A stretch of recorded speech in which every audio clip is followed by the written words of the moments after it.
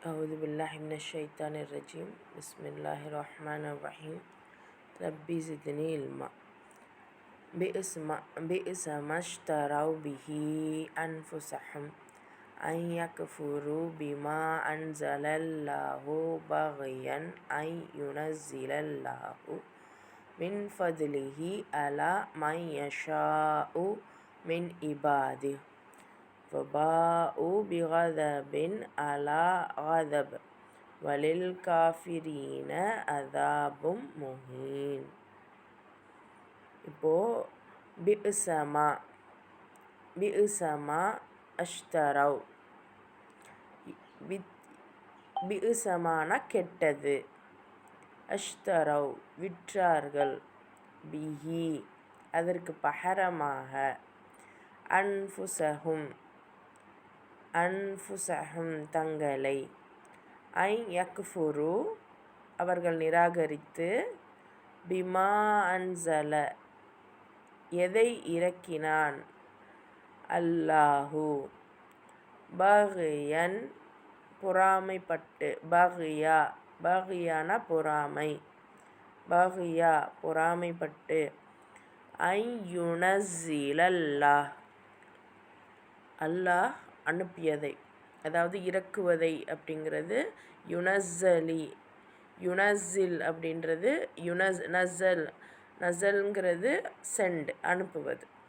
So அல்லாஹ் அனுப்பியதை மின் ஃபத்லிஹி தன் அருள் மீது, my யஷாஉ மின் இபாதிஹி இபாதத் அதெல்லாம் நம்ம சொல்கிறோம்ல, ஆனால் இங்கே பாருங்கள் இபாதிகனா அடியார், அடிபணிவது. ஃபபாஉ அதாவது ஆகவே சார்ந்தார்கள், பிகதபின் அலா கதப், கதபினா கோபத்துக்கு மேலே கோபம், பிகதபின் அதாவது கோபத்துக்கு மேலே கோபம், வலில் காஃபிரீன அதாபும் முஹீன்னா இழிவு தரக்கூடியது. அதாவது எதை கொண்டு அவங்க மன ஆறுதல் பெறுகிறார்களோ அது எத்தனை கெட்டது. அல்லாஹ் அனுப்பிய இந்த வழிகாட்டலை அவங்க நிராகரித்து தன் அடியார்களில் தான் நாடுகின்ற ஒருவர் மீது தனது கருணையை, அதாவது இந்த வஹியை அல்லாஹ் தாலா இறக்கி கொடுத்து, இதை இவங்க காழ்ப்புணர்ச்சி கொண்டு, நல்லா அந்த வார்த்தையை பாருங்கள், காழ்ப்புணர்ச்சி கொண்டு அதனை அவங்க நிராகரித்து, எவ்வளவு கெட்டது. இப்படி ஒரு காழ்ப்புணர்ச்சின்னு அல்லாஹ் இங்கே ஓப்பனாக சொல்கிறான். அதாவது உங்களுக்கு அல்லாஹ் தான் தன்னுடைய அடியாருக்கு இந்த வஹியை அனுப்பியிருக்கான். ஸோ இதை நீங்கள் ஒரு காழ்ப்புணர்ச்சியின் காரணத்தினால நீங்கள் இதை நிராகரிச்சிட்டீங்க. இது எவ்வளோ கெட்டது. இதனால் அல்லாஹ்வுடைய கோபத்துக்கு மேலே கோபம், ஒரு கோபமே இங்கே தாங்க முடியாது, கோபத்துக்கு மேலே கோபம் இதுக்கு ஆளாகிட்டாங்க. இன்னும் இத்தகைய நிராகரிப்பாளருக்கு இழிவு மிக்க தண்டனை உண்டு. ஸோ சிந்திச்சு பார்க்கணும். சுபஹானல்லாஹ், இந்த விஷயங்கள் எல்லாருக்குமே பொருந்தும். அல்லாஹ் இறக்கி அருளிய இந்த வழிகாட்டலை நம்ம மறந்து வேறு சில விஷயங்களில் நம்ம மன ஆறுதல் பெறுகிறோம் அப்படின்னா, அப்போ அந்த இடத்துல நமக்கு எவ்வளோ ஒரு காழ்ப்புணர்ச்சியாக இருந்தால் அல்லாஹ் தஆலா இது அவனுக்கு கோபத்துக்கு மேலே கோபம் ஏற்படும் அப்படிங்கிறான். இதில் ரொம்ப ரொம்ப சிம்பிளான ஒரு விஷயத்தை கூட எடுத்துக்கோங்க. நமக்கு இன்றைக்கி ரொம்ப அதாவது மன கஷ்டம், மனக்குழப்பம், டிப்ரெஷனில் இருந்தீங்கன்னா மியூசிக் கேளுங்க அப்படின்னு சொல்லிட்டு நமக்கு பிரபலப்படுத்துகிறாங்க. உண்மையிலேயே நம்ம அந்த மியூசிக்கை கேட்கும் பட்சத்தில் நிச்சயமாக அல்லாஹ்வுடைய இழிவு நமக்கு வந்ததுங்கிறத நம்ம உணர்ந்துடலாம். ஏன்னா அந்த அளவுக்கு நம்ம மன ஆறுதலை தேடி எதெல்லாம் அல்லாஹ் ஹலால் அப்படின்னு சொன்னதை விட்டுட்டு ஹராம்னு உள்ளதை நோக்கி நம்ம போக ஆரம்பித்தோமோ அதோட நம்மளுடைய அந்த இழிவுக்கு மேலே இழிவு அல்லாஹ் வந்து நமக்கு கொடுத்துட்டே இருந்தான். அந்த மியூசிக்கை நம்ம கேட்கக்கூடிய பட்சத்தில் இப்போ வந்து ஏன் எதுக்குன்னே தெரியல, சில சைக்காலஜிக்கல் டிஃபெக்ட்ஸ்லாம் வருது குழந்தைங்களுக்கு, மனிதர்களுக்கு முன்னை விட இப்போ ரொம்ப அதிகம். டிப்ரெஷனுக்கு மியூசிக் கேளுங்கன்னு சொல்கிறாங்க, ஆனால் முன்னை விட இப்போ மியூசிக் அதிகமாக இருக்குது, டிப்ரெஷனும் அதிகமாக இருக்குது. இது ரொம்ப இலகுவான ஒரு விஷயத்த நான் சொல்கிறேன். இது எல்லாமே நம்ம மன ஆறுதலுக்கு அல்லாஹ் சொன்ன விஷயத்த வழிகாட்டுதலை நிராகரித்து தான் நாடுகின்ற ஒருவர் மீது அல்லாஹ் தனது கருணையை கொடுத்து அதை வந்து நம்ம இவங்களுக்கு சொன்னதை நம்ம செய்யணுமா அப்படின்னு அந்த காழ்ப்புணர்ச்சி காரணமாக நம்ம அதை மறுத்து நிராகரித்தோம் அப்படின்னா நமக்கு அந்த இழிவு எத்தகையதாக இருக்கும் அப்படிங்கிறத அல்லாஹ் இந்த இடத்துல சொல்கிறான். இது வெறும் மியூசிக்கில் மட்டும் இல்லை, நம்மளுடைய லைஃப் ஸ்டைல் எல்லாத்துலேயுமே. நான் சொன்ன மாதிரி நம்ம மன ஆறுதல் வேணும் அப்படின்னா அல்லாஹ் மன ஆறுதல் எதில் கொடுத்துருக்கான்றதையும் சொல்லுவான், இன்னும் போக போக தெரியும். அதை விடுத்துட்டு வீட்டில் வந்து இப்போ வீடே மன ஆறுதல்னு சொல்லுவாங்க. அல்லாஹ் என்ன சொல்கிறான், உங்கள் வீடே உங்கள் மனைவி மக்களே உங்களுக்கு மன ஆறுதல் அப்படிங்கிறான். ஆனால் இவங்க என்ன சொல்லித்தராங்க, வீடு மனைவி மக்கள் தான் உங்களுக்கு பிரச்சனை அப்படின்னு சொல்லித்தராங்க. இதையே தொடர்ந்து அவன் கேட்டு கேட்டு கேட்டு ஆமாம் இது பிரச்சனை போல் அப்படின்னா அவனுக்கு அது ஃபிக்ஸ் ஆயிடுது. மன ஆறுதலை தேடி வேறு எதுலையாவது உள்ளே போகிறான். அது அவனுக்கே இம்மையிலையும் பாதிப்பை ஏற்படுத்துது, மறுமையிலையும் பாதிப்பை ஏற்படுத்தும். எத்தனை விஷயங்கள் நம்ம சுப்ஹானல்லாஹ், அல்லாஹ் பாதுகாத்த சிலரை தவிர பலர் வந்து எத்தனை விஷயங்கள் நமக்கே தெரியும். இப்போது கணவன் மனைவி நேரடியாக பேசிக்க முடியாது, அவங்க அந்த மன ஆறுதலை ஃபோனில் எதிர்பார்க்குறாங்க. ஃபோன் பார்த்தா நமக்கு ரிலாக்ஸாக இருக்கும், கிடைக்காது. வெளியே போனால் நல்லா சுற்றி பார்த்தா ரிலாக்ஸாக இருக்கும், கிடைக்காது. அல்லாஹ் சொன்ன மன ஆறுதல் ரொம்ப இலகுவான முறையில் இருக்குது, உறவுகளில் இருக்குது, அவங்கக்கிட்ட பேசுகிறதுல இருக்குது. அதெல்லாம் எதுலெல்லாம் மன ஆறுதல் இருக்குங்கிறதையும் அல்லாஹ் சொல்கிறான். அல்லாஹ்வுடைய நினைப்பில் இருக்குது. ஒரு நாள் ஃபுல்லாக லீவ் எடுத்து அல்லாஹ்வை நினைங்கன்னா ஒரு நாள் முழுசாக நம்ம அல்லாஹ்வை மட்டுமா நினைக்க போகிறோம்? அந்த ஒரு நாள் லீவில் நம்ம ஒரு ஃபேமிலியை ப்ராப்பராக பார்த்தோம் அப்படின்னா, கணவன் மனைவி 2 பேரும் ஒற்றுமையாக சில வேலைகளை சேர்ந்து செய்கிறாங்க அப்படின்னா, ஒரு வாரத்தில் ஒரு நாள் இந்த மாதிரி இருக்காங்க அப்படின்னா அந்த அந்த வாரமே அந்த வீடு எப்படி இருக்கும், எவ்வளோ மன ஆறுதலாக இருக்கும். ஸோ இப்படி அல்லாஹ் சொன்ன வழிகாட்டுதலை நீங்கள் நிராகரிக்கிறீங்க, முக்கியமாக காழ்ப்புணர்ச்சி காரணமாக அப்படின்னா, அப்போ நீங்கள் அப்படி நிராகரிக்கிறதுனால தான் அல்லாஹ்வுடைய கோபம் டபுள் மடங்கு ஆகுது. அதனால தான் நம்மளுடைய தண்டனை அப்படிங்கிறது வெறும் வானத்துலேருந்து பூமியிலேருந்து இறக்கி நம்மளை அழிக்கிறது மட்டும் தண்டனை இல்லை. நரகம் இங்கேயே நமக்கு நரகத்தை காமிச்சிட்டான்ல, இங்கேயே எத்தனை பேர் நரகமாக இருக்குது, என்னால் முடியலை அப்படின்னு சுமையோடு சுற்றிக்கிட்டு இருக்கோம். என்ன ரீசன்? ஸோ அந்த மன அமைதியை வந்து அல்லாஹ்வுடைய வழியிலேருந்து மாறுபட்டு நம்ம தேடினதன் விளைவு இன்றைக்கி நம்ம இந்த நிலைமையில் இருக்கோம். இது ரொம்ப ரொம்ப இலகுவான ரொம்ப 1% தான் நான் வந்து சொல்கிறேன். நீங்கள் வாழ்க்கையில் நடக்கிற எல்லாத்தையுமே இந்த வசனங்களோடு ஒப்பிட்டு பாருங்கள். இது அல்லாஹ்வுடைய வார்த்தையை நம்ம ஃபாலோ பண்ணுறோமா, ஃபாலோ பண்ணாததுனால தான் இன்றைக்கி நமக்கு இந்த நிலைமையா அப்படின்னு நம்ம தான் சிந்திச்சு பார்க்கணும். சரியாம்மா? அடுத்த ஆயத்து பாருங்கள். இதா கீல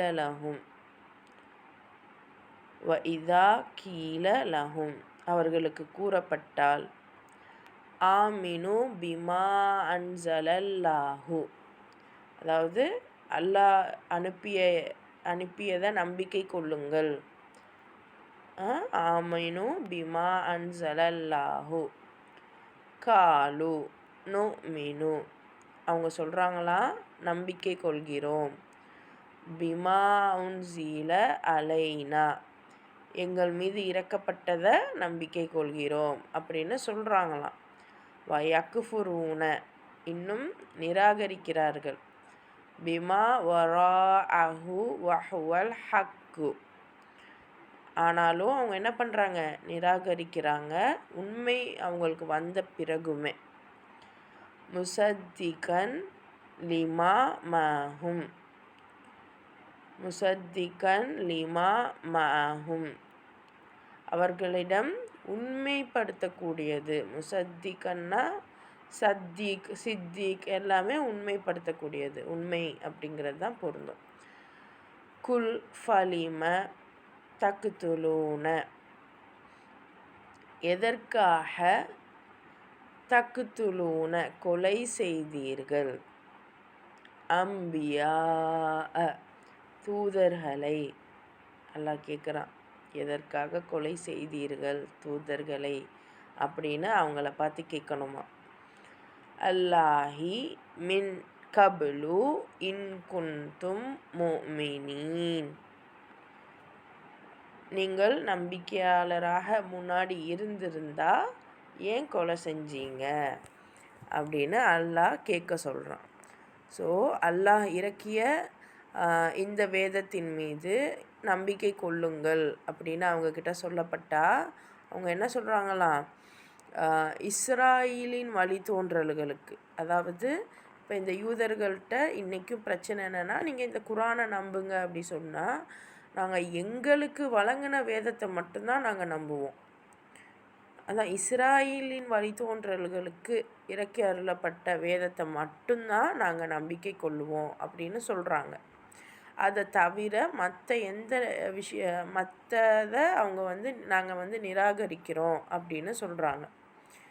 யூதர்கள் இந்த மாதிரி எங்களுக்கு வந்ததை மட்டும்தான் நாங்கள் நம்புவோம், மற்ற இதை நாங்கள் நம்ப மாட்டோம் அப்படின்னு சொல்கிறாங்க. அதே நிலைமை தான் இன்றைக்கி நம்மளும் பண்ணுறோம். அதாவது குரானை மட்டும்தான் நாங்கள் நம்புவோம், இதுக்கு முன்னாடி வந்த ஜபூரு, இஞ்சில், தௌராத்து இதெல்லாம் என்னன்னே தெரியாமல் இருக்கும். அப்படி இருக்கிறதையும் அந்த இஞ்சில், குரான், இஞ்சில்னால் இன்றைக்கி உள்ள பைபிள் மட்டும்தான் நமக்கு எஞ்சி இருக்குது. அதுவும் ஏகப்பட்ட மாற்றம், ஏகப்பட்ட இஷ்டத்துக்கு அவங்களே ரெடி பண்ண விஷயங்கள் தான் இருக்குது.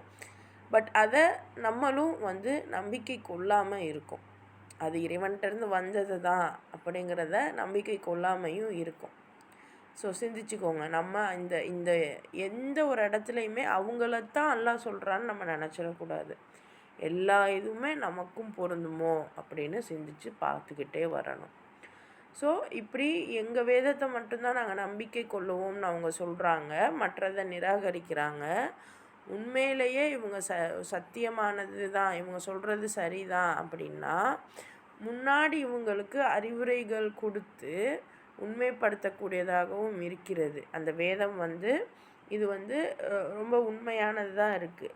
ஆனாலும் நீங்கள் உண்மையிலேயே நம்பிக்கை கொண்டிருந்தா, அல்லாஹ் சொல்கிறான், நபியை அந்த யூதர்களை பார்த்து கேட்க சொல்கிறான், நீங்கள் உண்மையிலேயே உங்கள் வேதங்களை மட்டும் நம்பிக்கை கொண்டிருந்தீங்க அப்படின்னா இதுக்கு முன்னாடி உங்கள் வம்சத்திலேயே எத்தனை நபிமார்கள் தோன்றுனாங்க, அப்படி தோன்றின நபிமார்களை ஏன் கொலை செஞ்சீங்க அப்படின்னு அல்லாஹ் ஒரு வார்த்தையை கேட்க சொல்கிறான். சிந்திச்சு பாருங்கள், அவங்க என்ன நினச்சிக்கிட்டு இருந்தாங்க, நம்ம தான் நமக்கு தான் எல்லாம் தெரியும். அதாவது இவங்க ஏகப்பட்ட குளறுபடிகள் செஞ்சுக்கிட்டே வந்துட்டாங்க, இவ்வளோ காலமாக செஞ்சுட்டு அந்த வேதத்தையும் மாற்றி அமைச்சிக்கிட்டே வராங்க. இவங்க இஷ்டத்துக்கு திருத்தி அப்படியே மாற்றி மழுப்பி எல்லாம் பண்ணிக்கிட்டே வராங்க. ஸோ அதனால் இவங்களுடைய வரலாறுலாம் இவங்களுக்கு மட்டும்தான் தெரியும், வேறு யாருக்கும் தெரியாது. அதனால தான் இவங்களை ரொம்ப கண்ணியமாக நினச்சிக்கிட்டு இருக்காங்க. அந்த சிச்சுவேஷனில் அல்லாஹ் போட்டு உடச்சிட்றான். நீங்கள் உங்கள் இதைத்தான் நம்புவேன் அப்படின்னு சொல்கிறீங்க, அப்படி இருந்தால் ஏன் உங்கள் நபிமார்களையே நீங்கள் ஏன் கொலை செஞ்சீங்க, உங்கள் வம்சத்திலேயே தோன்றிய அந்த அல்லாஹ்வுடைய தூதர்களை ஏன் கொலை செஞ்சீங்க அப்படின்னு அல்லாஹ் தாலா அவர்களை பார்த்து கேட்குறான். சுப்ஹானல்லாஹ். அவங்களுடைய தன்மை எத்தகையதாக இருந்ததுங்கிறது ஒரு சான்று. இன்னும் அந்த யூதர்களுடைய விஷயங்கள் ஏன் அல்லாஹ் ஆரம்பத்திலேயே குரானோட ஆரம்பத்திலேயே சொல்கிறான். இன்றைக்கி நம்ம குரானை நோக்குறோம், குரானை பார்க்குறோம் அப்படிங்கிறப்ப அல்லாஹ் நமக்கு முதல்ல இவங்களை பற்றி தெரியணும் அப்படின்னு ரொம்ப பர்டிகுலராக ஏன் சொல்லணும். அப்போ இன்றைக்கும் இவங்களுடைய சூழல் சூழ்ச்சி இன்னும் இவங்களுடைய விவகாரங்கள் இன்றைக்கும் தொடருது. அதனால் இவங்களை பற்றின அவேர்னஸ் நமக்கு இருக்கணும் அப்படிங்கிறதுக்காக தான் அல்லாஹ் இவர்களை முதன்மைப்படுத்தி இவங்களுடைய விஷயங்களை சொல்லிக்கிட்டே வரான். ஸோ இது நமக்கு ரொம்ப சிந்திக்கக்கூடிய ஒரு விஷயம்.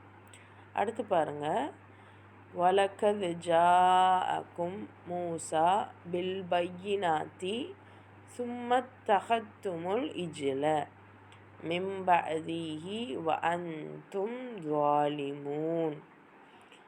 மேலும் மூசா உங்கள்கிட்ட எத்தனை தெளிவான சான்றுகளை கொண்டு வந்தார், அவர் உங்களை விட்டு திரும்பி சென்ற உடனேயே நீங்கள் காளை கன்றை தெய்வமாக்கி கொண்டீர்கள்.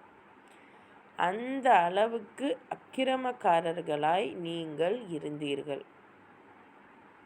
பாருங்க, அல்லாஹ் தொடர்ந்து சொல்லிக்கிட்டே வரான். எவ்வளோ சான்றுகள்.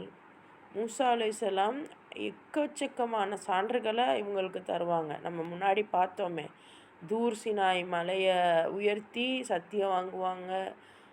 அல்லாவை பார்க்கணுன்னு கேட்கவும் கூட்டிகிட்டு போவாங்க.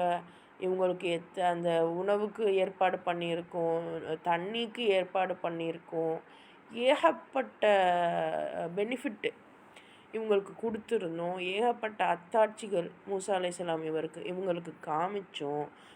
மூசா அலைஹிஸ்ஸலாம் ஒரு கொஞ்ச நாள் ஒரு 40 இரவு அந்த ஃபுர்கானை வாங்குறதுக்காக போன அந்த டைமில் இவங்க என்ன பண்ணிடுவாங்க, காளை கன்றை தெய்வமாக்கிடுறாங்க. முக்கியமாக அந்த பசு, அந்த நல்லா பாருங்கள், மின் பஅதி வ அன்தும் ஸாலிமூன். ஸோ அவங்களுக்கு அப்புறம் எந்த அளவுக்கு அவங்க அந்த தாலிம்னா அநீதி, அந்த என்ன சொல்கிறது, கொடுமை இழைத்தவர்கள், தாலிமீன் அந்நியாயக்காரர்கள் ஆயிட்டாங்க. இஜ்லனா ஒரு கன்றை, ஒரு கண்ணுக்குட்டியை, ஒரு காளை கன்றை இவங்க இதுவாக எடுத்துக்கிறாங்க, என்னது கடவுளாக எடுத்துக்கிறாங்க. ஸோ இன்றைக்கும் என்ன நடக்குது, அந்த கன்றோட விஷயம் என்னன்றது நமக்கு தெரிஞ்சது தான், தெரியாதது இல்லை, எல்லாருக்குமே தெரிஞ்ச ஒரு விஷயந்தான். ஸோ அதை நான் எக்ஸ்போஸ் பண்ண விரும்பலை, பட் எல்லாருக்குமே அது தெரியும்.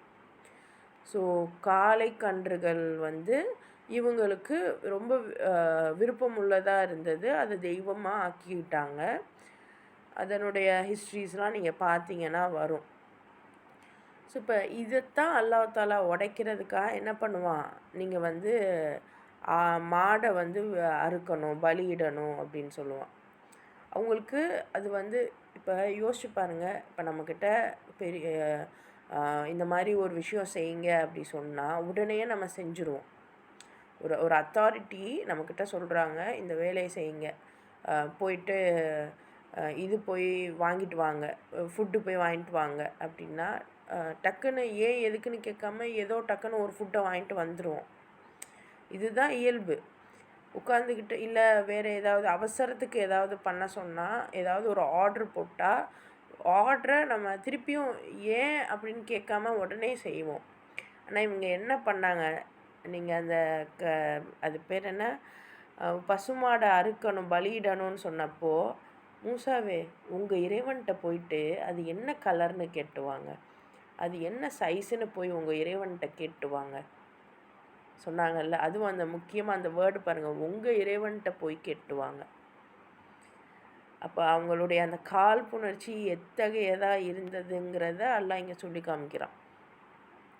ஸோ மூசா இவ்வளோ விஷயங்கள் உங்களுக்கு கொடுத்தோம், நீங்கள் என்ன பண்ணிட்டீங்க, காளை கன்ற தெய்வமாக வழங்குனீங்க, அந்த அளவுக்கு நீங்கள் அக்கிரமக்காரர்களாக இருந்தீங்க அப்படின்னு அல்லாஹ் தாலா இவர்களை பார்த்து கேட்குறான்.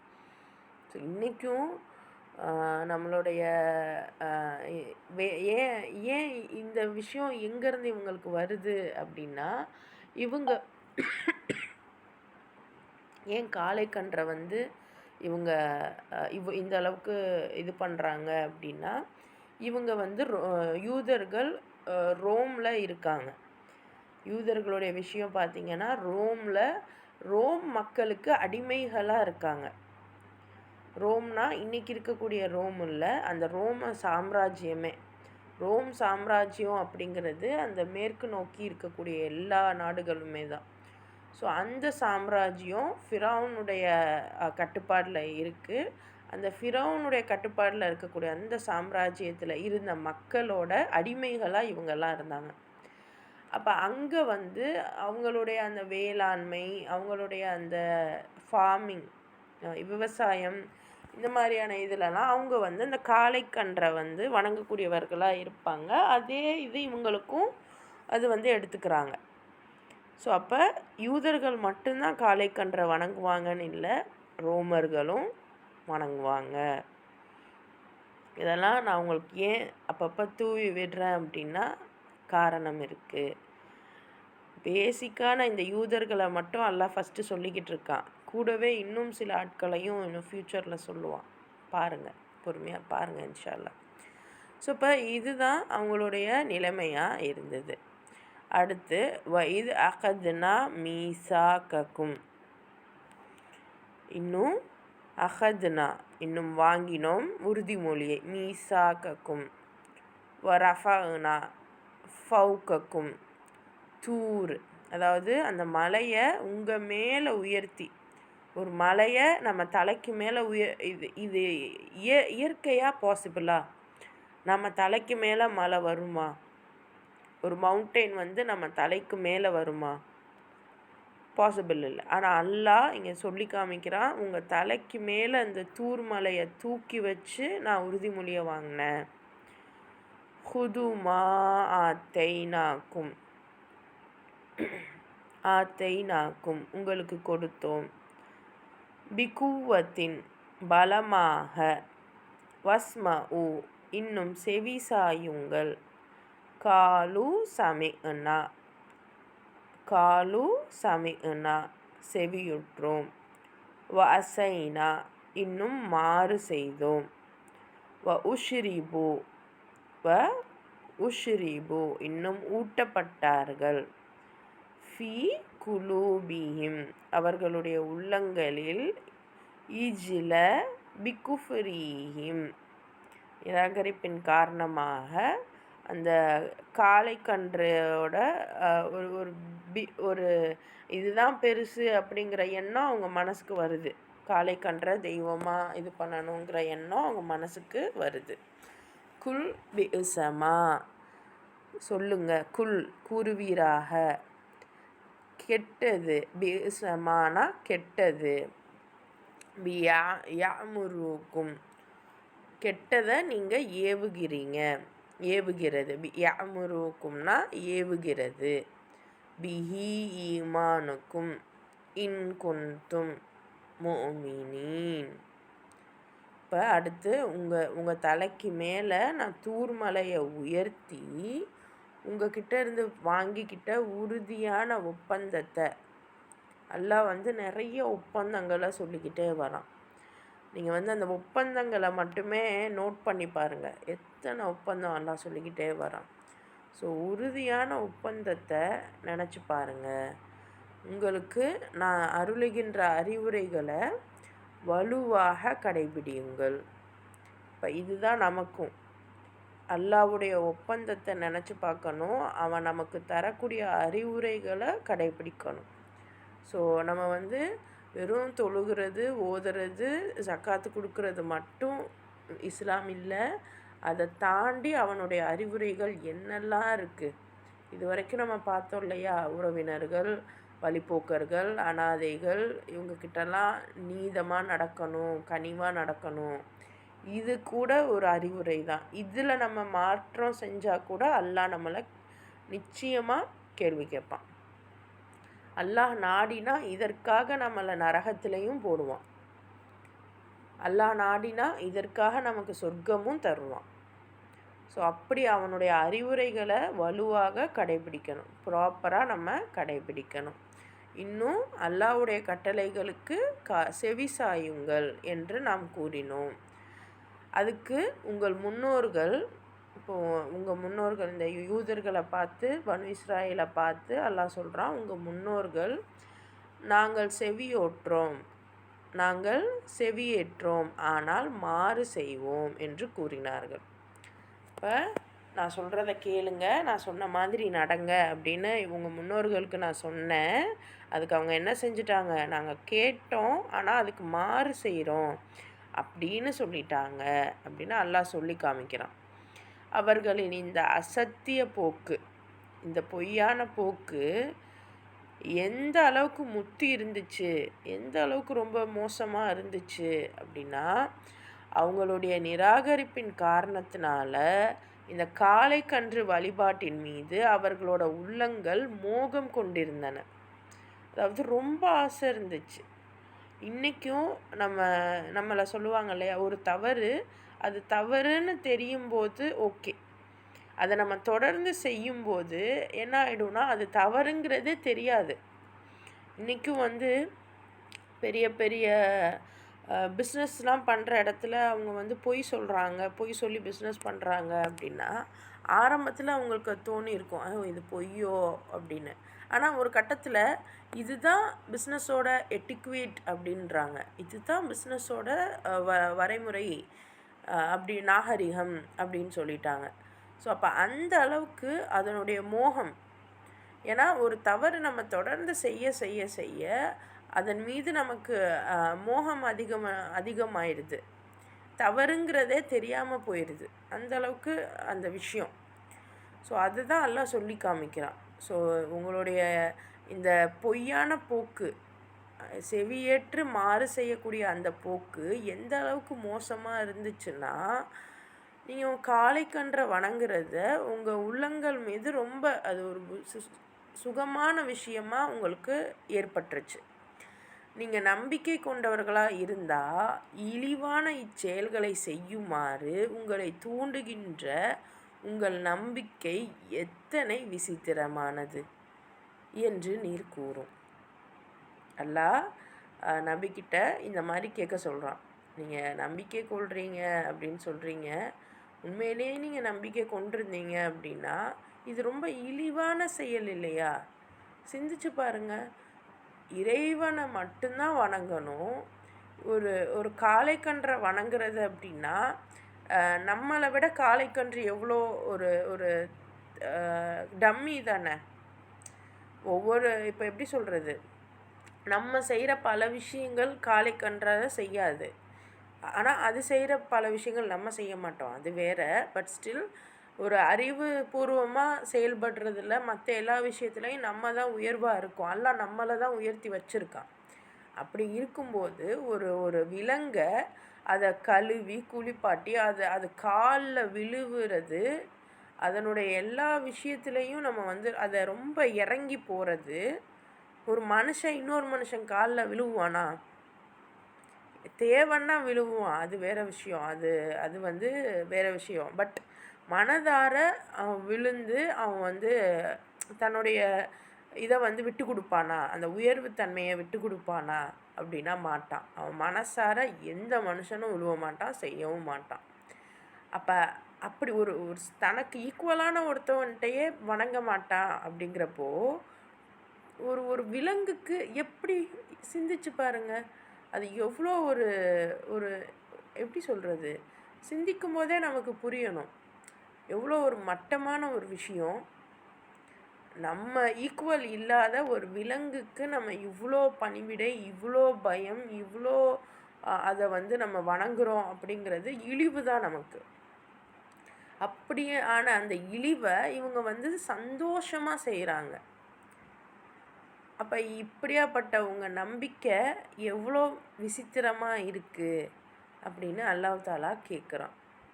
சுப்ஹானல்லாஹ். இது சிந்திப்பவர்களுக்கு பல படிப்பினைகள் உண்டு. சிந்திச்சு பாருங்கள். ஒவ்வொரு இடத்துலையுமே அல்லாஹ் சாதாரணமாக இந்த வார்த்தைகளை சொல்கிறதில்ல.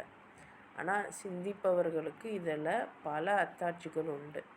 பொறுமையாக சிந்திச்சு பாருங்கள். உடனடியாக இதுக்குரிய எல்லா தீர்வும் நமக்கு கிடச்சிடாது. ஆனால் அல்லாஹ் இந்த வார்த்தையெல்லாம் சொல்லியிருக்காங்கிறத நம்ம மனசுக்கு பதிய வைப்போம்.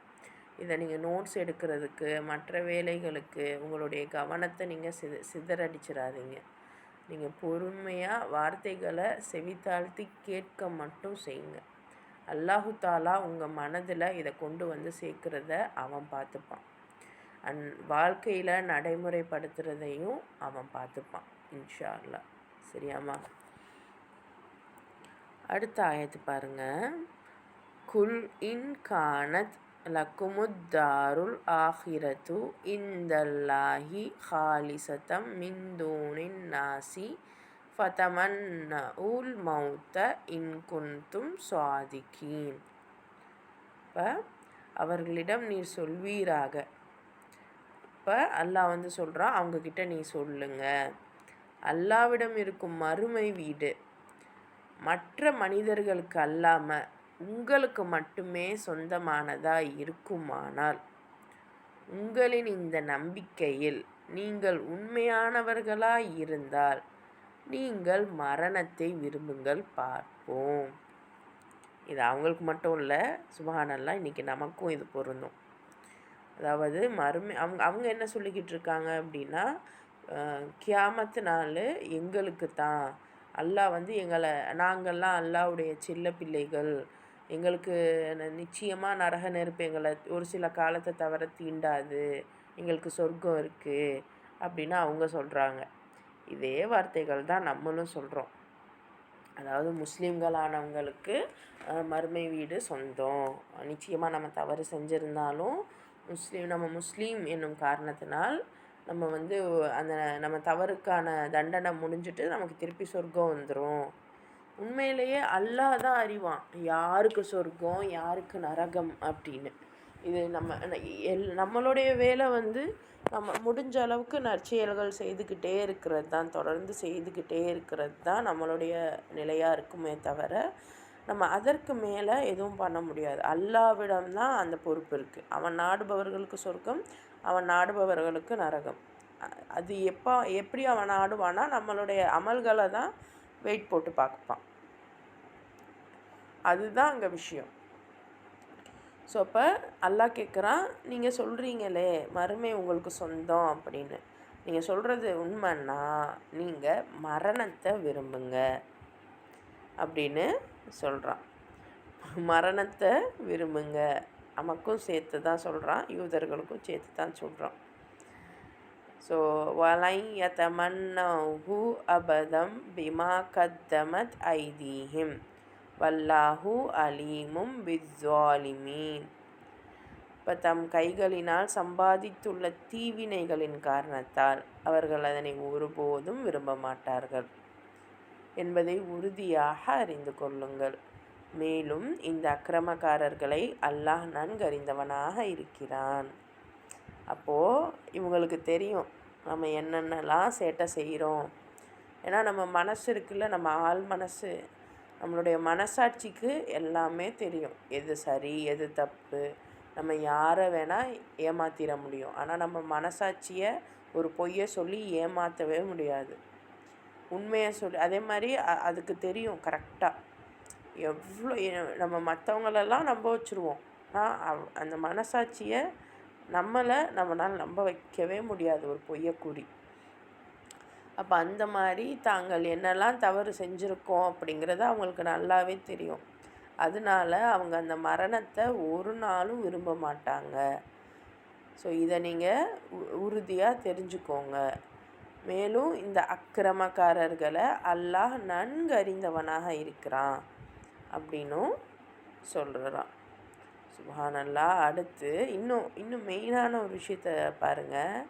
வலதஜீதன்னஹும் அஹரசன்னாசி அலா ஹயாத்தின் வமினல்லதீன அஷ்ரகு யவத்து அஹதுஹும் லவ் யு அம்மரு